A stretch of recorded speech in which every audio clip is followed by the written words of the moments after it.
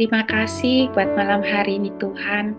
Kalau Tuhan sudah berkenan mengumpulkan kami anak-anak-Mu Tuhan, untuk kami bersatu hati di dalam fellowship pada malam hari ini. Tuhan Yesus, mari Tuhan, kami sungguh sangat merindukan Tuhan. Kami sungguh menantikan akan perkataan firman-Mu yang Tuhan taruhkan di dalam mulut hamba-Mu ini Tuhan. Biar kiranya pengurapan dari Roh Kudus mengalir atas hamba-Mu ini Tuhan. Tuhan, hamba-Mu tidak mempunyai kekuatan apa-apa, tidak punya kemampuan apa-apa Tuhan tanpa Engkau Tuhan. Mari Tuhan Roh Kudus bertahtalah, urapilah hamba-Mu Tuhan, jadikan hamba-Mu saluran berkat malam hari ini Tuhan. Mari Tuhan Yesus, Engkau sendiri yang mengajar kepada setiap kami pada malam hari ini Tuhan. Bukakan hati kami, Engkau mencerahkan akan pikiran kami Tuhan, supaya kami bisa menangkap apa yang Engkau maksudkan, apa yang Engkau firmankan Tuhan. Mari Tuhan, biar Engkau memberkati setiap kami pada malam hari ini Tuhan. Terima kasih buat segala kebaikan Tuhan. Terima kasih buat berkat-Mu yang Tuhan sediakan bagi kami pada malam hari ini. Kami rindu untuk lebih lagi mengenal Tuhan. Kami rindu untuk lebih dalam lagi Tuhan mengenal Engkau ya Tuhan. Terima kasih Tuhan Yesus, terpujilah nama Tuhan. Di dalam nama Tuhan Yesus kami menaikkan doa dan syukur kami. Kita semua yang diberkati Tuhan, sama-sama katakan amin.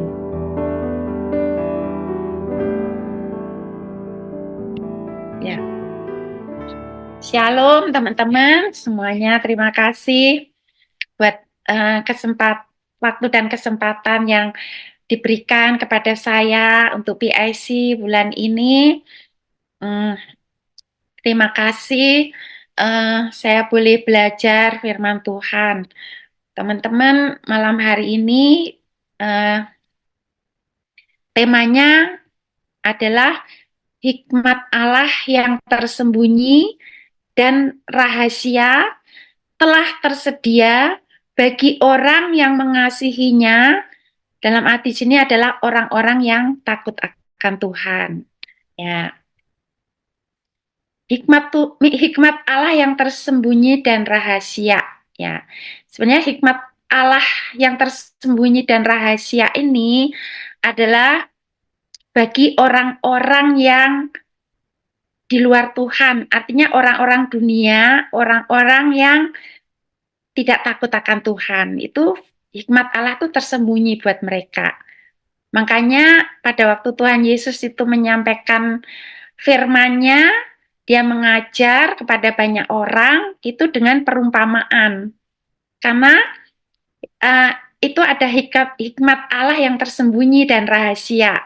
Sehingga hanya orang-orang yang punya hati yang takut Tuhan, yang benar-benar mencari Tuhan, itu yang akan dibukakan rahasianya. Nah, dalam hal ini adalah murid-murid Tuhan yang sudah dipilih Tuhan. Tuhan tuh nggak pernah merahasiakan akan hikmatnya, rahasianya. Selalu Tuhan itu menjelaskan, Tuhan itu membukakan rahasia itu kepada murid-muridnya. Sehingga murid-muridnya itu boleh mengerti akan hikmat Allah yang tersembunyi itu. Nah, saya percaya bahwa kita semua ini adalah orang-orang yang dipilih Tuhan. Ya, tidak ada seorang pun yang bisa datang kepada Tuhan kalau Tuhan itu tidak menyatakan dirinya. Ya, contohnya saya itu kan dari keluarga yang bukan Kristen, orang tua bukan Kristen, nenek moyang bukan Kristen, tapi Tuhan itu bisa menyatakan dirinya kepada saya. Saya bisa melihat bahwa inilah yang saya cari-cari dalam kehidupan saya, yang selalu saya tuh bergumul dalam hati pikiran saya selalu mencari, karena agama yang dahulu itu tidak memberikan damai sejahtera buat saya. Nah, ketika saya itu mulai diajak teman ke gereja, ya awalnya juga nggak mengerti, awalnya tidak mengerti. Tapi itulah karena saya terus mencari, saya terus datang, itu akhirnya saya dibukakan gitu loh. saya dibuka rahasia hikmat Tuhan. Tuhan Yesus menyatakan dirinya pada saya sehingga saya melihat ini loh yang saya cari. Ini loh Tuhan yang hidup, Tuhan yang sesungguhnya. Sehingga saya bisa menyerahkan diri saya sepenuhnya kepada Tuhan. Nah, itu hikmat Allah yang tersembunyi dan rahasia itu sebenarnya adalah Tuhan Yesus sendiri. Ya, makanya waktu Paulus itu menyampaikan di dalam 1 Korintus ya, bisa dibuka ya, Ji. 1 Korintus 2 ayat 6 dan 9.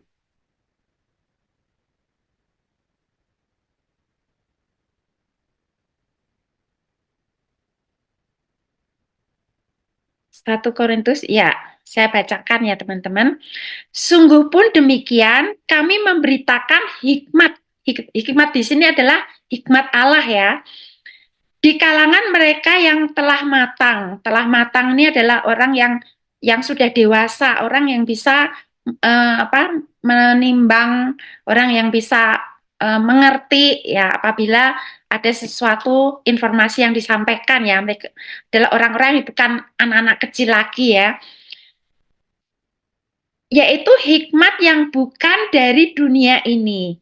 Jadi hikmat Allah ini bukan dari dunia ini dan yang bukan dari penguasa-penguasa dunia ini, ya, bukan dari orang-orang yang berpengaruh atau maksudnya hikmat manusia ya, yaitu penguasa-penguasa yang akan ditiadakan ya. Kita tahu bahwa hikmat itu ada empat ya, ada empat ya. Itu nanti akan kita baca ya. Kita lanjutkan dulu ya. Jadi di sini Rasul Paulus itu memberitakan itu adalah hikmat Allah. Hikmat Allah yang disampaikan, tetapi di sini kita tahu bahwa eh, banyak orang yang menentang ya. Walaupun mereka itu orang yang matang, orang yang dewasa yang harusnya bisa mengerti ya, mengerti, bisa menimbang dan bisa eh, ya bisa apa ya namanya dengan hikmatnya itu harusnya dia bisa mengerti bahwa eh, yang disampaikan Paulus itu adalah benar-benar hikmat yang daripada Tuhan gitu ya. Tapi karena memang manusia kan juga punya hikmat ya. Karena manusia ini adalah mereka ini yang dimaksud adalah orang-orang dunia, orang-orang yang mempunyai pemikirannya sendiri, orang-orang yang punya hikmat manusia atau hikmat dunia. Nah, karena mempunyai hikmat yang seperti itu, sehingga ketika diberitakan Injil Kerajaan Surga, mereka tuh nggak bisa menerima itu. Nah, kita lanjutkan dulu ya. Tetapi yang kami beritakan ialah hikmat Allah yang tersembunyi dan rahasia, yang sebelum dunia dijadikan telah disediakan Allah bagi kemuliaan kita. Nah, disinilah firman Tuhan dinyatakan bahwa hikmat Allah itu tersembunyi dan rahasia. Hanya kepada orang-orang yang Tuhan pilih, hanya kepada orang-orang yang Tuhan sudah tetapkan yang akan dibukakan rahasia ya. Dan hikmat rahasia dan tersembunyi ini sebenarnya tuh sudah sejak dunia dijadikan itu sebenarnya sudah ada, hikmat Tuhan tuh sudah ada ya. Tapi tersembunyi bagi dunia ya. Dan Tuhan itu sediakan bagi kemuliaan kita, artinya bagi orang-orang yang akan dipilih Tuhan. Kita lanjut dulu. Tidak ada penguasa di dunia ini yang mengenalnya. Sebab kalau sekiranya mereka mengenalnya, mereka tidak akan menyalibkan Tuhan yang mulia. Seperti ada yang tertulis, apa yang tidak pernah dilihat oleh mata, dan tidak pernah didengar oleh telinga, dan tidak pernah timbul dalam hati manusia, semua disediakan Allah untuk mereka yang mengasihi Dia. Nah, teman-teman, sebenarnya apa yang dikatakan di dalam ayat 9 ini, apa yang tidak pernah dilihat oleh mata, tidak pernah didengar telinga, dan tidak pernah timbul dalam hati ini, sebenarnya tuh bukan berkat materi ya, artinya ya itu bisa ya, tetapi yang dimaksud di sini adalah tadi hikmat Allah tadi. Jadi selama ini dunia ini kan memang orang-orang tuh mencari keselamatan. Orang-orang mencari kebenaran, mencari hikmat Allah. Yang benar tuh yang mana ya? Karena manusia kan istilahnya tidak mengerti yang mana yang benar, mana yang salah ya.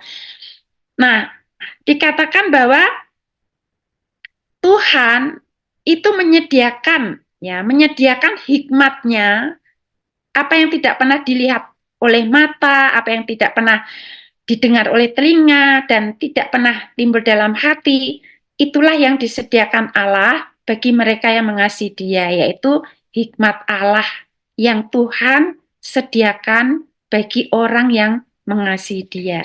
Nah, hikmat Allah itu adalah Yesus itu sendiri. Ya. Di dalam Pengkhotbah 2 ayat 26, ya, dikatakan hanya kepada orang yang dikenanya ia mengaruniakan hikmat, pengetahuan, dan kesukaan. Tetapi orang berdosa ditugaskannya untuk menghimpun dan menimbun sesuatu yang kemudian harus diberikan kepada orang yang dikenan Allah. Ini pun kesia-siaan dan usaha menjaring angin ya. Kita tahu bahwa yang menulis pengkhotbah ini adalah seorang yang berhikmat ya, yaitu Raja Salomo, yang dimana dalam hidupnya dia itu pernah berdoa kepada Tuhan, minta hikmat kepada Tuhan untuk dia itu bisa memimpin bangsa Israel. Dan Tuhan sangat sangat suka, Tuhan sangat berkenan dengan permintaannya. Dan Tuhan memberikan apa yang diminta Raja Salomo itu dengan diberikan hikmat yang daripada Tuhan yang sungguh luar biasa, di mana dikatakan tidak ada orang yang lebih berhikmat daripada Raja Salomo, baik yang sebelum maupun yang kemudian. Nah, kita melihat bagaimana uh, karunia hikmat yang Tuhan berikan tuh sungguh-sungguh sangat dahsyat ya dalam kehidupannya, di mana melalui hikmat yang dipunyai oleh Raja Salomo, maka dikatakan Tuhan itu memberikan bonus ya, bonus dengan kemuliaan, dengan umur panjang, dengan harta yang begitu luar biasa. Ya, karena apa? Karena sesungguhnya inilah Tuhan ingin menunjukkan kepada dunia bahwa hikmat Tuhan itu melebihi daripada segala hikmat yang ada di dunia ini. Makanya ketika Salomo dipilih Tuhan untuk dia menampilkan berkata-kata dengan hikmat Tuhan, maka seluruh orang-orang yang mendengarnya itu tunduk dan takluk. Bahkan mereka memberikan upeti kepada Raja Salomo. Raja Salomo diberkati Tuhan luar biasa dengan hikmatnya. Nah, tetapi ya kita melihat bagaimana selanjutnya Raja Salomo ini dia tidak terus menjaga ya hubungannya dengan Tuhan, dia akhirnya jatuh di dalam dosa penyembahan berhala. Jadi eh, nanti kita akan belajar bagaimana bahwa hikmat yang daripada Tuhan itu harus terus kita pelihara dan harus kita jaga. Artinya hikmat itu kan Tuhan Yesus. Kita harus bisa menjaga hubungan kita dengan Tuhan supaya hidup kita itu terus diberikan, dikaruniakan hikmat, pengetahuan, dan kesukaan. Dan ketika kita mendapat hikmat Tuhan, maka semuanya ditambahkan. Makanya firman tadi katakan, carilah kerajaan Tuhan terlebih dahulu, maka semuanya akan ditambahkan. Jadi jangan sebaliknya mencari yang lainnya dulu, ya itu keliru. Tapi carilah Tuhan, maka kita itu akan diberikan hikmat, ya. Kita akan ditambahkan, kita akan mendapatkan ya terus karunia-karunia yang daripada Tuhan. Ya, di dalam Roma, ya di sini nggak ada, Roma 11 ayat 33 dikatakan, oh alangkah dalamnya kekayaan hikmat di sini nggak, jadi saya lupa nambahkan ya. Saya bacakan aja, itu di dalam Roma 11 ayat 33 dikatakan, oh alangkah dalamnya kekayaan hikmat dan pengetahuan Allah. Sungguh tak terselidiki keputusan-keputusannya dan sungguh tak terselami jalan-jalannya. Jadi hikmat Tuhan tuh sungguh sungguh dahsyat dan luar biasa ya. Sungguh sangat besar, dikatakan sangat sangat dalam dan sangat kaya ya. Karena Tuhan, sumber hikmat kita adalah Tuhan. Tuhan itu adalah sumber hikmat itu sendiri. Makanya banyak manusia itu tidak bisa menyelami ya dengan hikmat manusianya, dengan hikmat dunia dan lain sebagainya itu tuh akhirnya tidak bisa menyelami akan apa ya, keputusan Tuhan, akan rencana Tuhan itu tidak bisa menyelami kalau kita tidak menyatu dengan Tuhan. Tetapi kalau ketika kita itu bersekutu dengan Tuhan, ketika kita itu nempel sama Tuhan, maka di situ kita akan menerima aliran-aliran yang daripada Tuhan.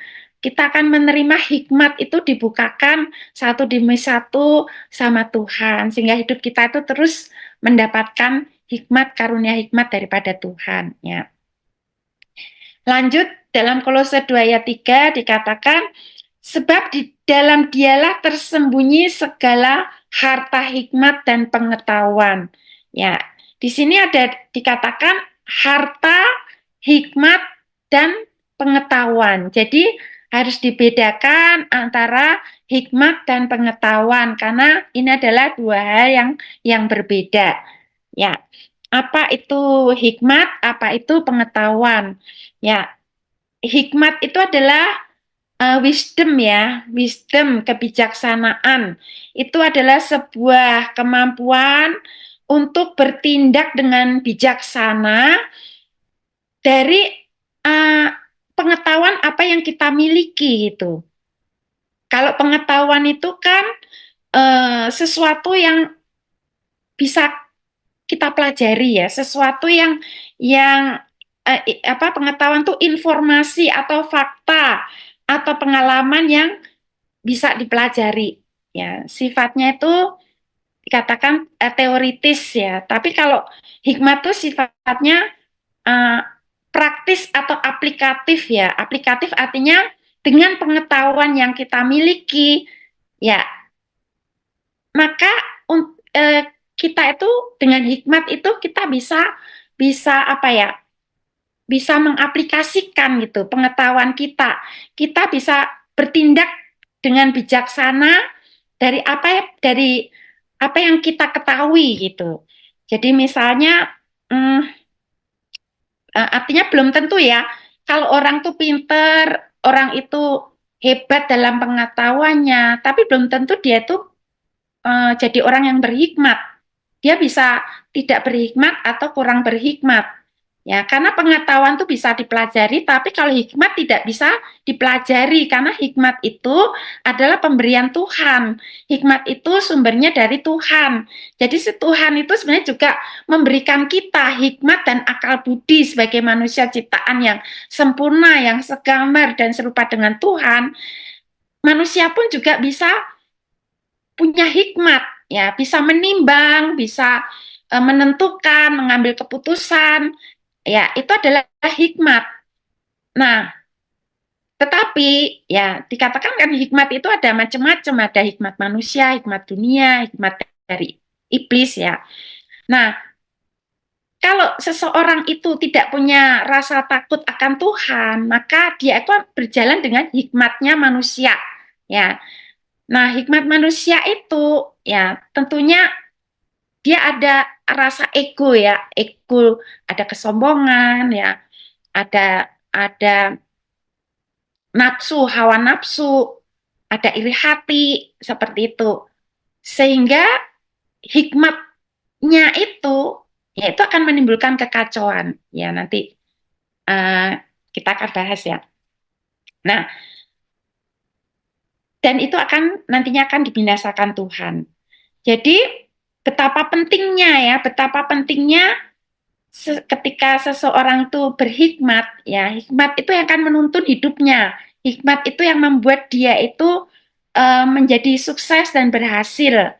Dia bisa menjadi berkat ya bagi banyak orang. Itu semua karena hikmat, ya. Dan hikmat itu yang akan eh, ya kalau di dalam Amsal itu ya hikmat itu yang membuat manusia itu hikmat yang daripada Tuhan membuat manusia itu eh, bisa ya apa itu tidak melakukan kejahatan ya karena hikmat yang daripada Tuhan tuh pasti dia tuh takut akan Tuhan seperti itu dan hikmatnya itu akan menuntun dia ke dalam jalan kebenaran Tuhan dan hikmatnya itu akan membuat dia bisa mengambil suatu keputusan-keputusan yang akan diberkati oleh Tuhan seperti itu. Di dalam Amsal 3 ayat 13 sampai 15 dikatakan di sini nggak ada ya, saya bacakan aja. Berbahagialah orang yang mendapatkan hikmat, orang yang memperoleh kepandaian, karena keuntungannya itu melebihi keuntungan perak dan hasilnya melebihi emas. Dia lebih berharga dari permata. Apapun yang kau inginkan tidak dapat menyamainya. Dengan hikmat, rumah didirikan, dengan kepandaian itu ditegakkan, dan dengan pengertian, kamar-kamar diisi dengan macam-macam harta benda yang berharga dan menarik. Orang yang bijak lebih berwibawa daripada orang kuat. Juga orang yang berpengetahuan lebih daripada orang yang tegap kuat. Karena hanya dengan perencanaan engkau dapat berperang dan kemenangan tergantung pada penasehat yang banyak. Ini dalam Amsal ini ya saya menyatakan bahwa hikmat itu lebih dari pengetahuan. Hikmat itu lebih daripada eh, apapun ya. Bahkan dikatakan lebih lebih berharga daripada emas dan perak ya. Dan dikatakan kalau hikmat itu ya dan dengan pengertian, hikmat itu kan pengertian ya. Dengan pengertian dengan hikmat maka kamar-kamar diisi dengan bermacam-macam harta benda. Banyak Raja Salomo itu diberkati Tuhan luar biasa karena memang dia tuh orang yang sangat berhikmat ya. Seperti Daud pun juga dalam berperang ya, dia mendapatkan hikmat Tuhan, tuntunan Tuhan, sehingga kemanapun dia perang, dia itu selalu tanya Tuhan, Tuhan saya harus bagaimana? Tuhan suruh maju, dia maju. Tuhan suruh putar ya, mengelilingi, dia melakukannya dan selalu berhasil ya. Itulah yang dikatakan hikmat ya, hikmat Tuhan yang akan selalu membawa keberhasilan di dalam kehidupan Raja Daud. Tadi saya katakan ada 4 macam hikmat, itu di dalam Yakobus 3 ayat 15, dikatakan uh, itu bukan Yakobus 3 ayat 15, di sini saya nggak ini ya, saya bacakan, itu nggak ada, belum lupa saya, itu bukanlah hikmat yang datang dari atas, tetapi dari dunia, hawa nafsu manusia, dari setan-setan. Itu di dalam Yakobus 3 ayat 15 itu ada. Ya, di situ disebutkan bahwa hikmat itu ada 4 macam. Pertama hikmat dari Allah, kemudian hikmat dari dunia, hikmat dari nafsu atau intelektual manusia, dan yang keempat adalah hikmat daripada setan. Kita tahu di dalam Yakobus 3 ayat 16, di situ ada Yakobus 3 ayat 16. Nah, ayat salah itu bukan ayat 6 tapi ayat 16. Salah nyalinya ya. Saya bacakan ya. Sebab di mana ada iri hati dan mementingkan diri sendiri, di situ ada kekacauan dan segala macam perbuatan jahat. Hikmat dari Allah membawa kebaikan, damai sejahtera. Tetapi hikmat yang dari atas adalah pertama-tama murni, selanjutnya pendamai, peramah, penurut, penuh belas kasihan dan buah-buah yang baik, tidak memihak dan tidak munafik. Dan buah yang terdiri dari kebenaran ditaburkan dalam damai untuk mereka yang mengadakan damai.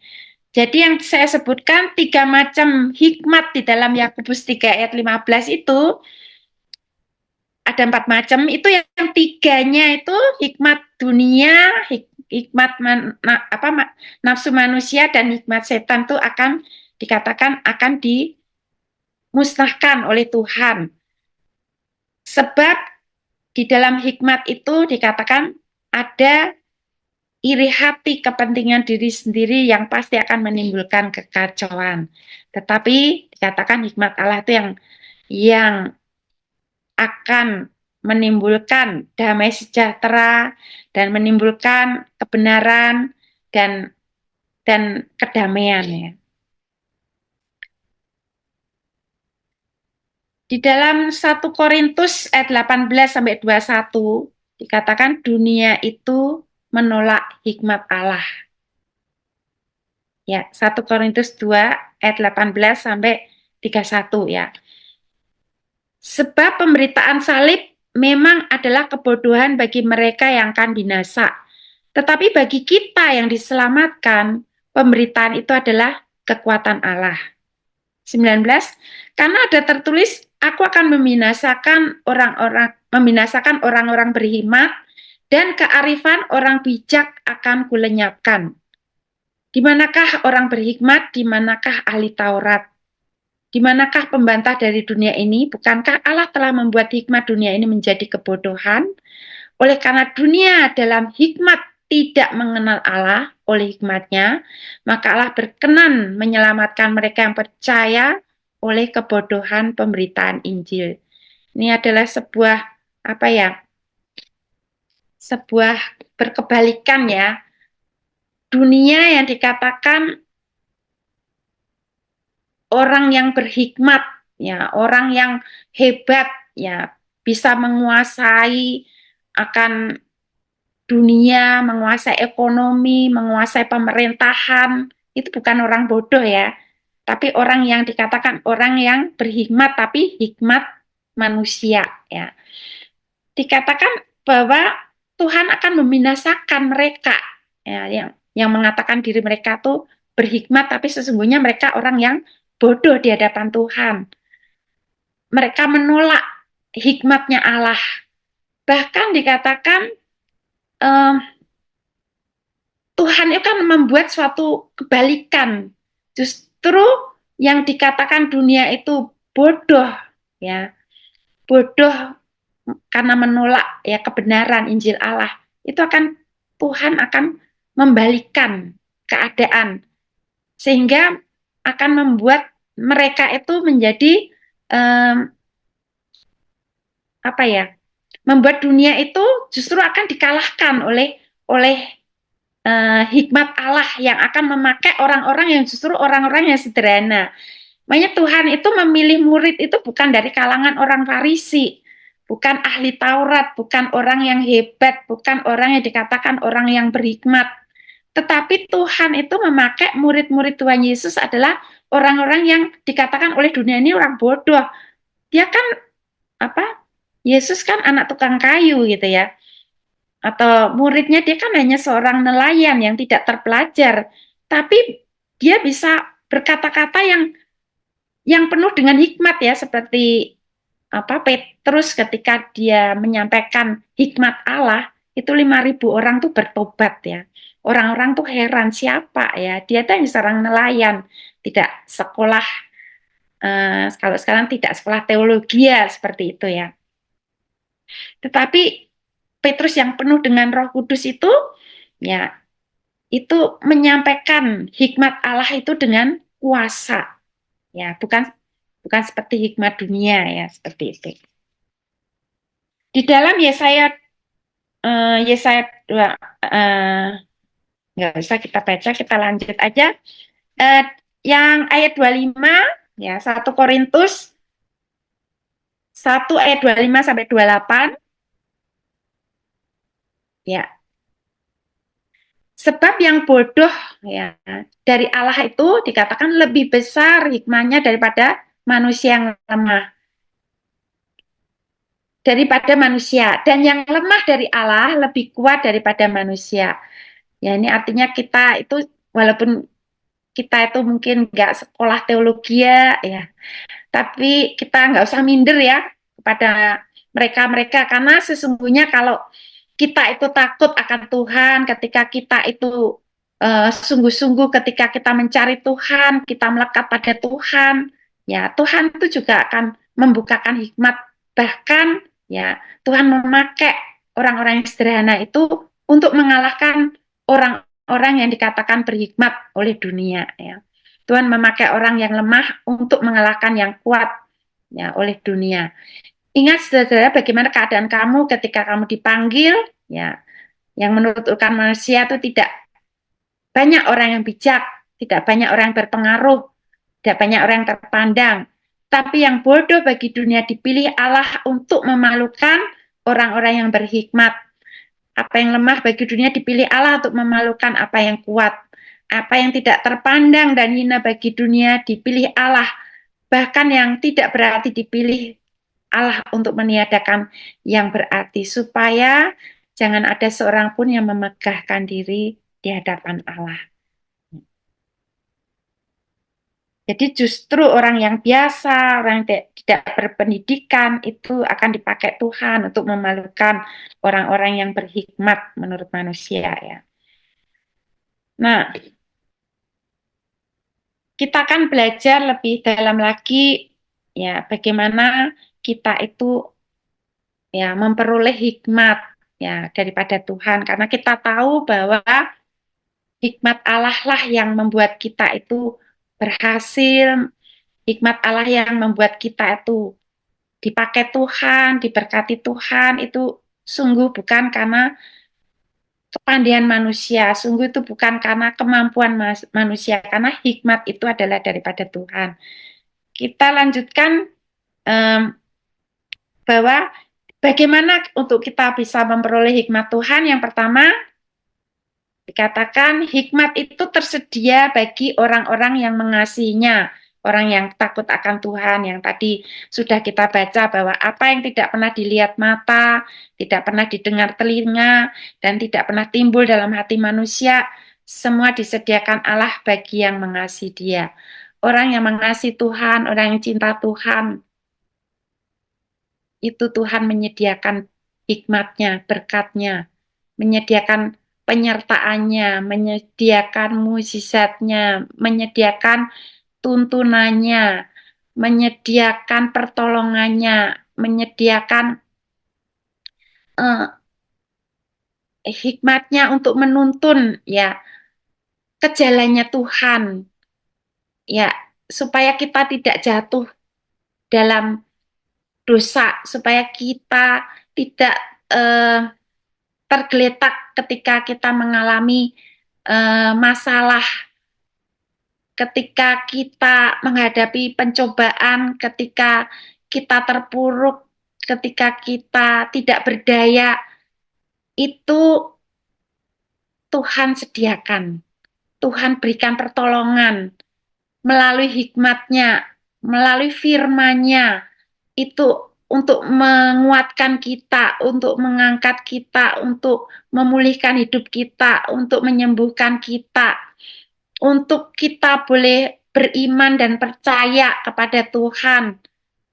Itu bukan kekuatan kita, tetapi Tuhan sediakan, Tuhan berikan, Tuhan dengan murah hati akan melimpahkan kepada kita yang mengasihi Tuhan. Jadi intinya kita harus tetap menjaga kasih kita kepada Tuhan. Kita harus selalu ingat bahwa hanya Tuhan saja yang satu-satunya yang kita harapkan, seperti di Vincent, tidak mengandalkan manusia, tetapi Tuhan katakan kita belajar untuk mengandalkan Tuhan. Kita menunggu uh, hikmatnya Tuhan. Karena kalau kita mengandalkan manusia kan manusia bisa salah ya dalam memberikan nasihat, dalam memberikan perkataan karena manusia itu walaupun dikasih hikmat Tuhan, tetapi manusia itu tidak sempurna. Hanya Tuhan yang sempurna. Sehingga ketika kita menghadapi masalah, kita menghadapi apapun juga ingatlah bahwa sumber berkat, sumber hikmat, sumber pertolongan itu adalah Tuhan Yesus. Yang oleh hikmatnya itu kita pasti akan ditolong.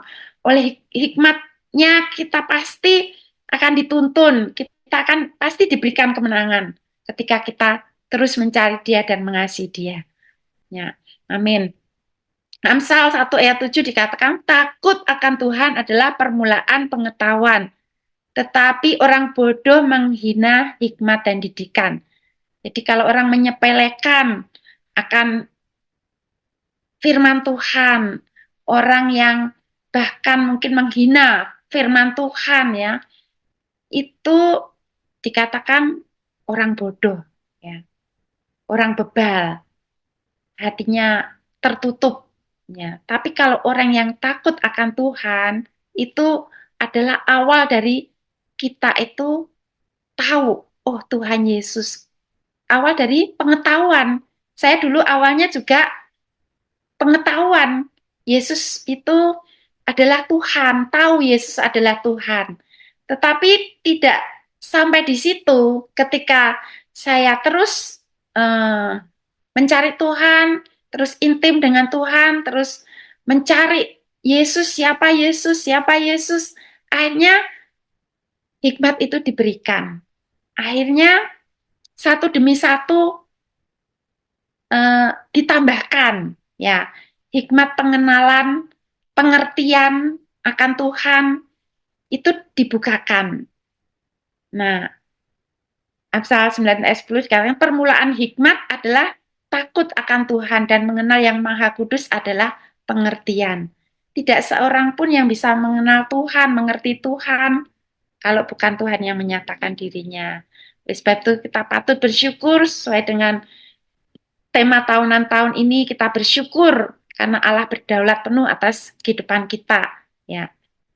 1 Korintus 2, 10-13 dikatakan, karena kepada kita Allah telah menyatakannya oleh roh, sebab roh menyelidiki segala sesuatu, bahkan hal-hal yang tersembunyi dalam diri Allah. Ya. Dikatakan yang bisa menyatakan itu adalah roh. Roh di sini roh kudus ya, roh Allah. Roh Allah itulah yang dikatakan apa yang tadi tersembunyi, hikmat yang tersembunyi itu roh itu yang bisa membuat kita bisa mengerti, membuat kita bisa memahami. Ya, itu adalah kuasa daripada Roh Kudus. Makanya ketika Tuhan Yesus naik ke surga, Tuhan Yesus memberikan Roh Kudusnya kepada kita. Ya, sehingga kita itu tidak berjalan sendiri, tetapi dengan Roh Kudus kita itu eh, dibukakan lebih lagi akan hikmat tentang Yesus dan kuasa yang dimiliki oleh Tuhan.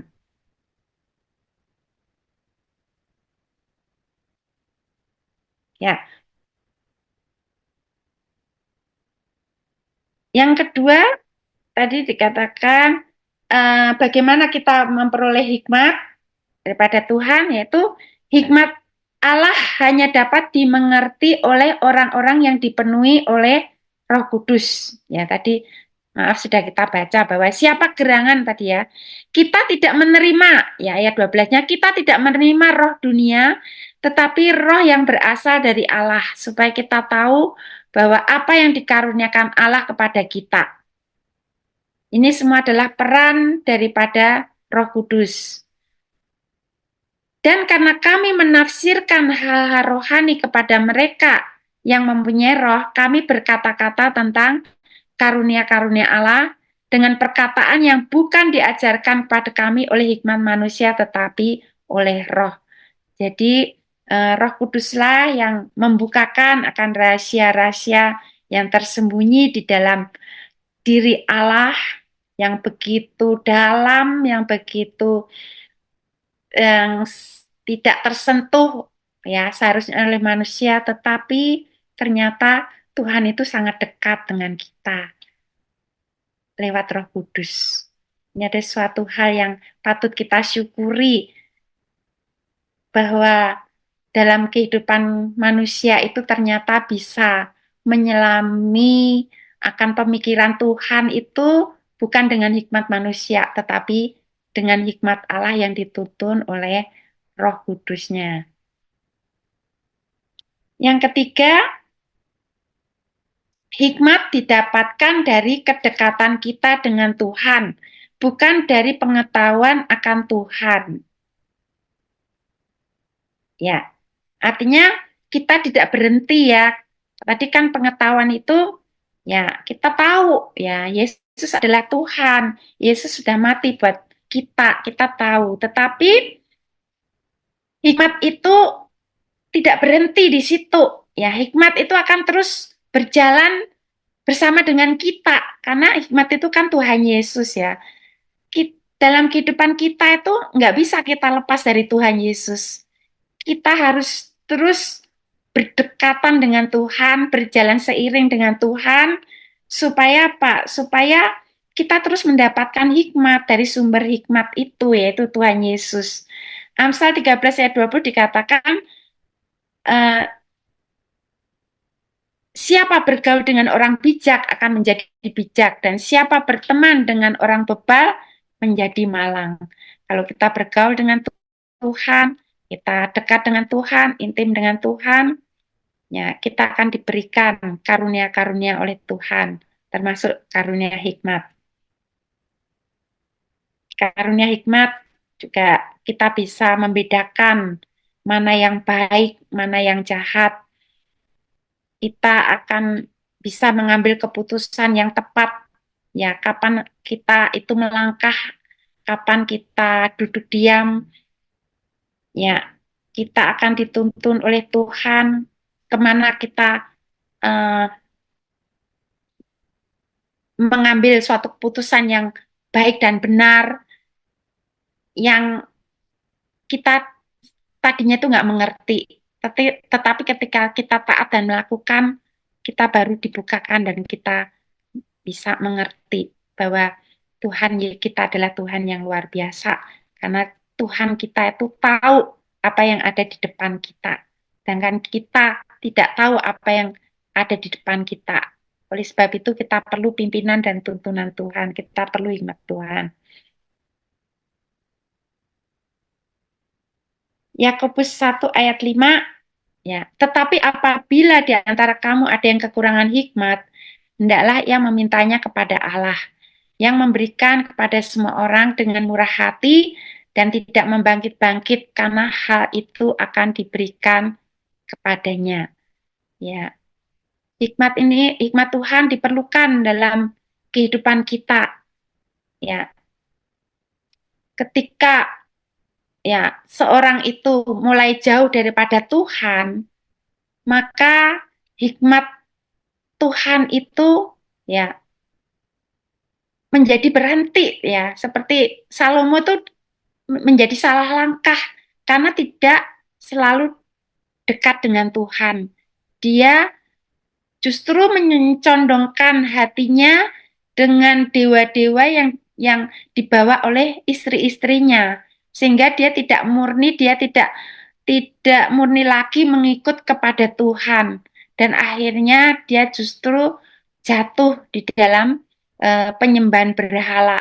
Dia mulai raja yang begitu berhikmat, pada akhirnya justru berakhir dengan suatu kedagingan, ya, sehingga dia bisa akhirnya ya dia bisa memberikan eh, apa tulisan yang dalam pengkhotbah itu bahwa hikmat yang menurut dia itu membawa dia kepada keberhasilan, tetapi juga akhirnya dia itu tidak bisa menjaga akan hubungannya dengan Tuhan.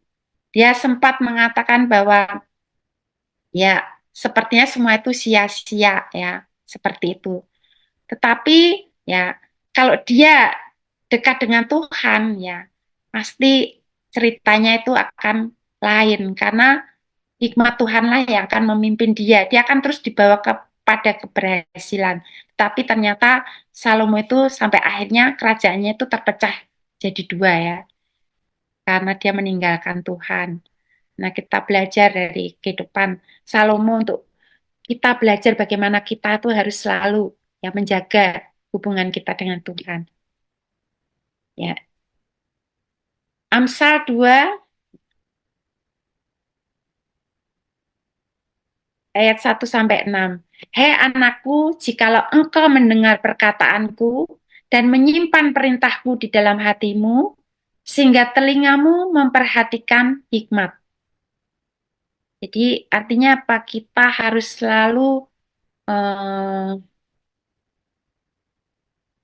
membaca ya, membaca firman Tuhan harus selalu kita itu merenungkan ya, merenungkan firman Tuhan sampai hati kita itu bisa menerima, bisa sejalan, bisa mengatakan ya, yes atas setiap firman yang kita baca dan juga kita menyimpan ya firmannya itu, perintah itu dalam hati kita. Tidak hanya berkata iya, amin, tetapi kita juga menyimpan. Artinya firman itu ya menjadi daging dalam diri kita ya.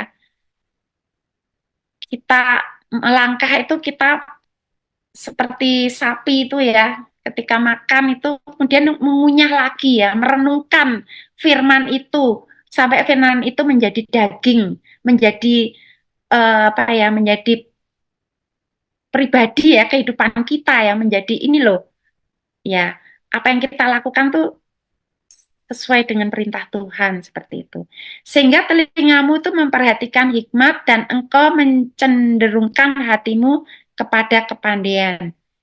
Ya, jikalau engkau berseru kepada pengertian dan menunjukkan suaramu kepada kepandaian, jikalau engkau mencarinya seperti mencari perak dan mengejarnya seperti mengejar harta terpendam, maka engkau akan memperoleh pengertian tentang takut akan Tuhan dan mendapatkan pengenalan akan Allah. Karena Tuhanlah yang memberikan hikmat dan mulutnya datang pengetahuan dan kepandaian. Ya, intinya hikmat itu adalah Tuhan Yesus. Hikmat itu adalah um, firman-Nya ketika kita punya hati yang takut akan Tuhan, maka itu adalah awal permulaan kita itu mengenal Tuhan, awal kita itu mendapatkan hikmat yang daripada Tuhan, dan hikmat itulah yang membuat jalan kehidupan kita itu boleh menjadi kehidupan yang diperkenan Tuhan, kehidupan yang menyenangkan hati Tuhan, yang akan menerima karunia-karunia yang luar biasa daripada Tuhan, sehingga kita itu dalam kehidupan kita itu tidak menjadi salah langkah. Kehidupan kita akan terus dituntun oleh Tuhan sampai apa yang menjadi kehendak Tuhan dalam hidup kita itu boleh terjadi. Oke, itu aja teman-teman yang ingin saya sampaikan. Ya, kiranya Tuhan Roh Kudus sendiri yang akan lebih lagi eh, menerangkan kepada kita semua. Kita bersyukur kalau kita ada di fellowship ya Ikanus Bud, kita percaya bahwa Tuhan juga pasti akan menuntun kita semua dengan hikmatnya, dengan tuntunannya, dan seperti Coach Ji perkatakan bahwa setiap kita pasti akan diperlengkapi dengan karunia-karunia Tuhan. Lebih yang terpenting, yang nomor satu adalah karunia hikmat. Karena kalau tanpa hikmat kita akan binasa, kita akan menjadi orang yang bodoh, kita akan meninggalkan Tuhan, kita akan menjadi orang yang bebal. Tapi dengan karunia hikmat, kita akan menjadi orang yang sukses dan berhasil sampai kita ketemu dengan Tuhan. Amin.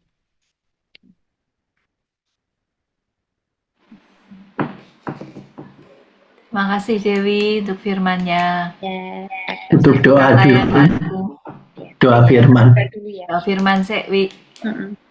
Tuhan Yesus, terima kasih Tuhan. Engkau ada di tempat ini Tuhan.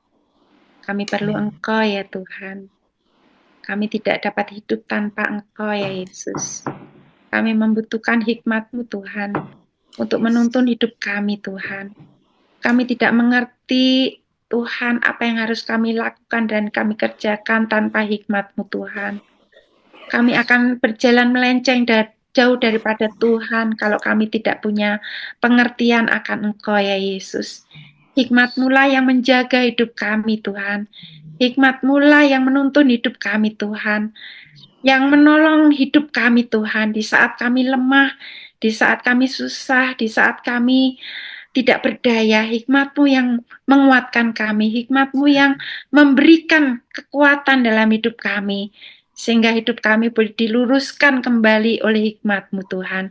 Dan kami mau belajar terus Tuhan, untuk kami mau menjaga hati kami Tuhan, menjaga hubungan kami dengan Tuhan, dan menjaga Tuhan agar supaya kami dihindarkan dari segala kesombongan, dihindarkan dari segala keegoan, dijauhkan dari segala iri hati, dijauhkan dari segala bentuk hal apapun juga Tuhan yang tidak Engkau berkenan. Terima kasih hanya Tuhan Roh Kudus yang menolong kami, Tuhan Roh Kudus yang membukakan rahasia-rahasia firman-Mu, hikmat-Mu itu yang sungguh amat besar, yang sungguh amat dalam Tuhan, tetapi boleh kami mengerti.